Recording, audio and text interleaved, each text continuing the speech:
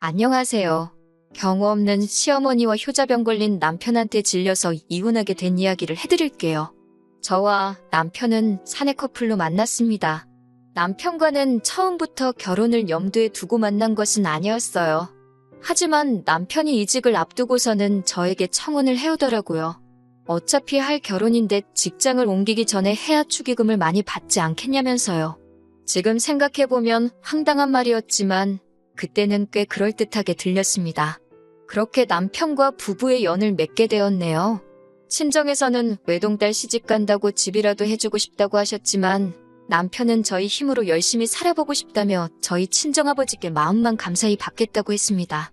그렇게 저희는 각자가 모은 돈을 모아 방 2개의 전셋집을 구했고 그곳에서 신혼살림을 시작했습니다. 신혼의 팩이라고 해야 할지 잘 살 수 있을 줄 알았고 행복할 거라 믿었습니다. 그러나 결혼 생활이라는 게 생각만큼 즐겁고 행복하기만 한 건 아니더라고요. 특히 2년 정도의 신혼생활을 즐기고 아기를 가지려던 원래의 계획과는 달리 2달 만에 아기 천사가 저희를 찾아와 주었고 그로 인해 저는 죽는 게 낫겠다 싶을 정도로 힘든 입덧에 시달리게 되었습니다.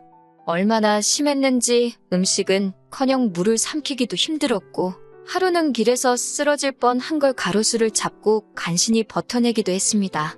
솔직히 그때는 임신한 사실이 하나도 기쁘지 않고 힘들고 우울해서 죽을 것 같았습니다. 최대한 버틸 수 있을 때까지 버티다가 출산휴가를 쓰려고 했는데 그럴 상황이 못 돼서 결국 퇴사를 해야만 했어요. 그런 와중에 시아버지의 생신이 돌아왔습니다.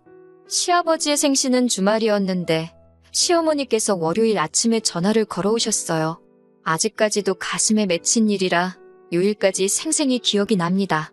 시어머니께서는 제 상태가 어떤지도 묻지 않으시고 시아버지께서 며느리 보고 처음 맞는 생신이라 기대가 크시다고 하셨습니다. 며느리 솜씨 좀 보고 싶다고 하시면서 시아버지가 좋아하시는 음식들을 불러주시더라고요. 제가 입덧 때문에 못할 것 같다고 했지만 왜 해보지도 않고 못한다고 그러냐면서 정성이 중요한 거 아니겠냐고 거의 다그치듯 말씀하시더군요. 결국 당일날 힘겹게 준비한 갈비랑 잡채를 들고 시댁으로 향했습니다. 남편은 말로는 미안하다 하면서도 뭐가 그렇게 좋은지 희희낙낙이더군요. 누가 웃는 얼굴에 침 못 뱉는다고 했나요? 정말 뱉고 싶던데요. 아무튼 시댁에 도착하니 집안에선 이미 음식 냄새가 흘러나오고 있었고 다시 속이 안 좋아졌습니다. 게다가 결혼식 때 잠깐 뵀던 시고모님도 와 계셨습니다. 저를 보자마자 얼마나 힘들길래 안색이 이러냐며 뭐하러 왔냐고 그러시더군요. 남편에게 듣기론 시고모님 성격이 보통이 아니라고 했는데 그런 분이 보기에도 제가 엄청 안쓰러웠나 봐요.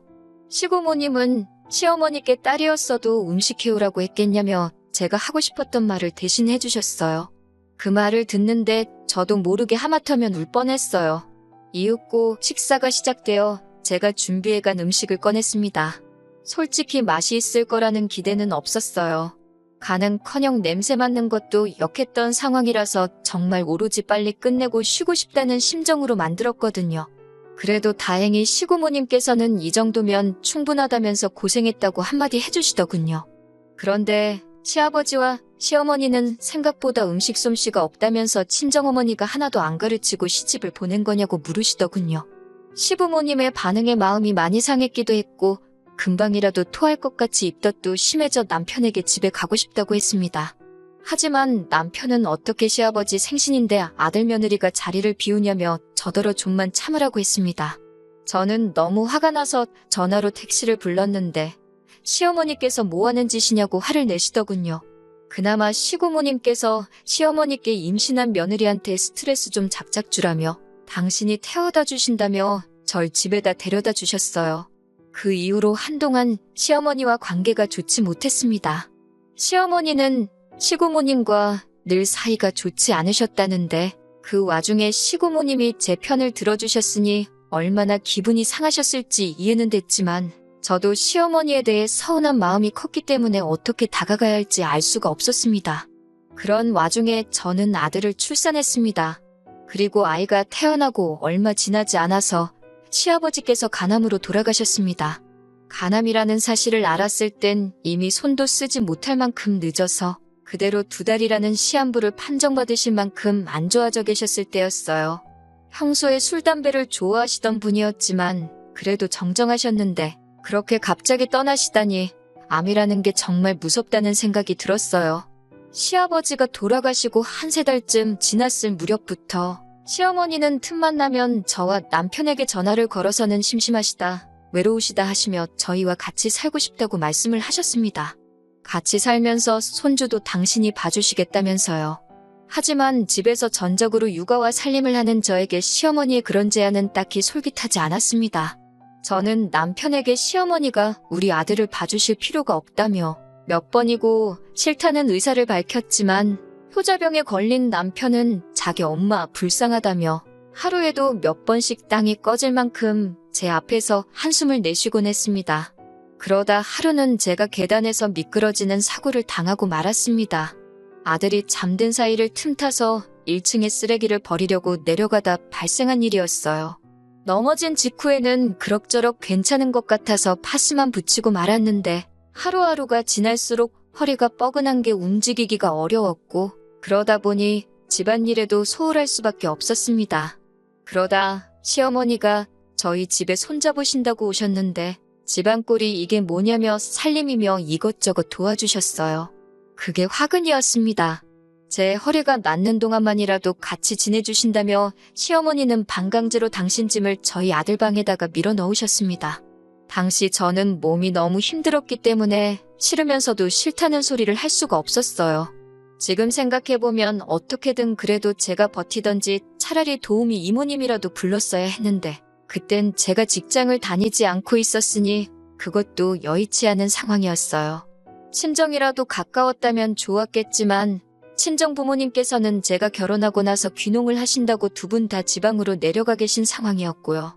하지만 시어머니가 저희 집에 짐을 풀은 지 1달 정도 지나갔을 무렵에 손자를 봐주기 위해 오셨다는 시어머니의 말씀은 어디로 가고 시어머니는 손자 때문에 당신이 하루 종일 발이 묶여서 아무데도 못 가신다며 아주 지겨워 죽겠다고 남편에게 불평불만을 늘어놓으셨습니다. 자기가 나이가 몇인데 애나 보고 며느리 살림이나 도와줘야 하냐면서요. 남편은 도대체 자기가 없는 동안 저는 집에서 뭘 하는 거냐며 마치 제가 시어머니를 부려먹기라도 한다는 듯이 말을 했습니다. 어이가 없고 억울해서 그러면 다시 원래 사시던 곳으로 가시면 안 되냐고 했습니다. 그러자 남편이 시어머니가 서운한 소리 좀 했다고 우리가 도와달라 먼저 불렀는데 쫓아내는 경우가 어디 있냐며 저더러 독하다고 그러더군요.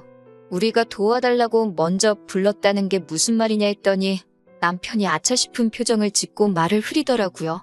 분위기를 보아하니 제가 허리 다친 걸 핑계로 시어머니를 집으로 부른 게 남편이었다는 걸 눈치채게 되었습니다. 어차피 나갈 생각도 없어 보이고 좋으나 싫으나 제가 허리 때문에 고생할 때 시어머니 덕을 아예 보지는 않았다고 할 수도 없으니 단도직입적으로 시어머니께 어떻게 하길 원하시는 거냐 물었습니다. 적어도 앞으로의 불협화음을 미리 예방하고자 했던 거였어요. 당장은 피할 수 있는 일이 아니라는 걸 알기에 최대한 맞춰가면서 지내보려고 노력한 거예요. 여기는 제 집이니까 집안일은 저더러 하라고 하시더군요. 대신 당신이 이미 아들도 키워낸 경험이 있으므로 손자 양육을 담당하시겠다고요. 그러면서 덧붙이시기를 요즘에는 시어머니들이 손자 봐주고 한 300만 원씩은 받는다는데 당신은 100만 원만 주면 된다고 하셨습니다. 처음부터 끝까지 황당하고 어이없는 이야기의 연속이라서 뭐라 할 말이 없더군요. 결국 저는 친정어머니께 그동안 있었던 일들을 말씀드렸습니다. 친정아버지의 성격이 보통이 아니시기도 하고 친정어머니를 걱정시키는 것도 다 큰딸이 할 짓은 아닌 것 같아서 말을 안 하고 있었는데 이러다간 제가 화병으로 죽겠다 싶어서 어쩔 수 없이 털어놓았네요. 친정어머니는 뭐 그런 경우가 있냐며 당장이라도 귀농 생활을 정리하고 올라오신다고 저보고 너무 걱정 말라 하셨습니다. 그때만 해도 진짜 올라오실 거라고는 생각도 못했고요. 그런데 정말 한 달 정도 지나고 나서 친정부모님이 정말로 저희 집에서 10분 거리로 이사를 오셨습니다. 모든 사실을 알게 되신 친정아버지가 딸이 개고생을 하고 있는데 농사가 뭐가 중요하냐며 다 정리하고 오신 거였죠. 저는 남편에게 친정부모님이 가까이에 이사를 오셨고 손자도 봐주신다고 하니 시어머니는 정말 가셔도 좋을 것 같다고 했습니다. 남편은 생각지도 못했던 이야기에 당황한 듯 했지만 그래도 어떻게 들어와서 사시는 분을 나가라고 하냐며 버티더라고요. 어느 정도 예상은 했지만 생각하는 척도 안 해보는 남편에게 크게 실망했어요. 시어머니나 남편에게는 따로 아무 말도 하지 않고 저 혼자 아들만 데리고 친정으로 향했습니다. 남편은 늘 저희 친정아버지를 무서워했기 때문에 절대로 막무가내로 찾아오지 못할 거란 걸 알고 있었거든요. 그런데 일주일 뒤 시어머니께서 전화를 걸어오셨습니다. 당신이 졌다며 저더러 손자랑 돌아오라고 하시더군요. 당신은 전에 살던 집으로 돌아가신다면서요. 며느리 없이 다 큰아들 삼시세끼 밥 챙겨 먹이고 하는 게 보통 일이 아니셨나 봅니다. 기왕 이렇게 된 거 남편 정신 좀 똑바로 차리라고 한 3일 정도를 친정에서 더 버티다 집으로 들어갔어요. 여기서 끝이었다면 그래도 아이도 있는데 제가 이혼까지 생각하지는 않았을 거예요. 지난해부터 저는 다시 직장 생활을 시작했습니다. 친한 언니가 창업을 하는데 같이 하게 되었어요. 그래서 출근할 때 아들을 옆에 사는 친정어머니께 부탁드리고 퇴근할 때 데리고 오는 일상이 시작되었습니다. 한 달에 70만 원씩 드렸는데 그나마도 손자 옷이다 신발이다 그런 것들에 쓰셨어요. 죄송하고 감사하고 복잡한 마음이었습니다. 그런 와중에 시어머니께서 친구분들하고 서울에 오신다면서 저희 집에 애를 보러 오시겠다는 거예요. 친정어머니께서 애를 보고 계셔서 그건 힘들겠다고 하니까 그럼 저희 어머니 번호를 달라고 하시더군요. 저는 그때만 해도 저희 어머니랑 통화를 해서 무슨 방법이라도 찾아보시려나 싶어서 일단 연락처를 드렸습니다. 제가 직장에 있었기 때문에 바쁘기도 했고요. 그런데 시어머니께서 저희 친정어머니께 말씀하시기를 자기가 서울 올라오는 날에는 저희 집에 오셔서 손자를 보라고 하셨답니다. 그러면 당신이 친구분들하고 와서 손자 자랑 좀 하신다고요. 시어머니가 손자 보고 싶으신 마음이야 이해를 하겠지만 그렇다고 어떻게 사돈한테 오라가라를 할 수가 있는 건지 도대체 이해가 안 되더군요. 게다가 저희 어머니가 시어머니보다 나이도 3살 많으시거든요. 기분도 나쁘고 화가 나서 남편에게 이게 무슨 경우냐고 따졌습니다. 그러자 남편은 저희 친정어머니가 좀만 이해해 주시면 어려울 일도 아닌데 뭘 그러냐며. 그리고 장모님도 그냥 해주시면 되지. 딸한테 미주알고주알 뭐하러 이야기를 하신 건지 모르겠다는 거예요. 저는 친정어머니께 그렇게 안 하셔도 된다고 했습니다. 제가 알아서 해결할 테니까 시어머니 전화도 받지 말라고 했어요. 그리고 시어머니가 올라오신다던 당일이 되었습니다. 평소와 다름없이 회사에서 일을 하고 있는데 시어머니에게서 전화가 걸려왔어요. 집에 왔는데 너네 엄마도 없고 내 손자도 없는데 어떻게 된 거냐고 그러셨습니다. 너네 엄마라는 말도 어찌나 귀에 거슬리던지요. 저는 지금 친정어머니께선 댁에 계시고 제 아들도 거기 있다고 대꾸했습니다. 그러자 아니 내가 온다고 했는데 너네 엄마는 왜 그런 것도 기억을 못하냐며 혹시 치매 아니냐고 그러시더군요. 그 말을 듣자 저도 순간 이성을 잃고 말았습니다. 말씀하실 때 생각 안 하고 하실 거냐고 따지듯 물었더니 저더러 농담도 못하냐며 집에 들어가 있을 테니까 니네 엄마한테 전화해서 빨리 손자 데리고 오라고 하랍니다. 남편이 그새 현관 비밀번호도 알려줬더군요. 제가 그럴 일은 없을 거라고 하곤 전화를 끊었습니다. 얼마 지나지 않아 바로 남편에게 전화가 걸려왔어요. 손자 좀 보여달라는데 돈 받고 손자 봐주시면서 너무 유세 부리시는 거 아니냐고 빈정대더라고요. 그제서야 누구한테 뒤통수라도 맞은 듯 정신이 번쩍 들었습니다. 결국 그날 시어머니는 손자를 못 보고 집으로 돌아가셨고 집안은 난리가 났습니다. 당신이 친구분들과 같이 온다고 했는데 저와 저희 어머니 때문에 개망신을 당하셨다면서요. 저는 말 같지도 않은 이야기를 인내심 있게 다 들어줬습니다. 그리고는 남편에게 무엇을 원하는 건지 물었어요. 남편은 저와 저희 친정어머니가 진심 어린 사과를 했으면 좋겠고 앞으로도 이런 일이 있으면 적극적으로 협조하여 아들을 볼 수 있게 해주면 좋겠다고 하더군요. 저는 웃으며 그런 일은 없을 거라고 꿈깨라고 손자를 보고 싶으시면 제 친정어머니께 진심으로 사과하셔야 할 거라고 경고했습니다. 남편과 저는 며칠 동안 서로 한마디도 나누지 않았습니다. 저는 일부러 아들을 친정에서 데려오지 않았는데 친정아버지를 무서워하던 남편은 차마 찾아가 보지도 못하더라고요. 저런 인간을 믿고 사느니 차라리 이혼하는 게 낫겠다 싶었습니다.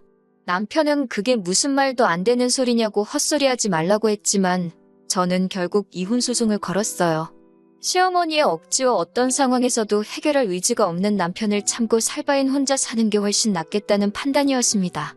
이혼 소송 중 제일 관건은 양육권이었는데 결과적으로 제가 이겼습니다. 친정 부모님의 재산과 제가 버는 수입이 남편 쪽보다 많았고 친정어머니께서 손자를 봐주고 계셨다는 점과 제가 직장을 다니기 전까지 남편의 도움 없이 아이를 키웠다는 점을 인정받았거든요. 엄마라는 지위도 한몫했고요. 지금은 친정 부모님과 함께 지내고 있습니다. 한 달에 한 번씩 남편과 시어머니에게 아들을 보여주고 있어요. 만날 때마다 다시 합치면 안 되냐고 얼마자 질척이는지 몰라요. 남편은 돈이 없어서 아들을 뺏긴 게 분하다며 코인을 하다가 그나마 모아둔 얼마도 날렸다며 한탄을 하는데 보고 있자니 한심하기 짝이 없더군요. 시어머니는 돌이켜 생각해보니 그래도 저만한 며느리가 없었다며 자기가 이제 정말 딸같이 잘해줄 테니 마음 고쳐먹고 돌아오라는데 웃음만 납니다.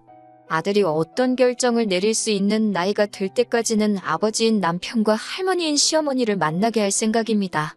날씨가 많이 습하고 더워졌네요. 그래도 다들 기분 좋은 하루 되시길 바랍니다.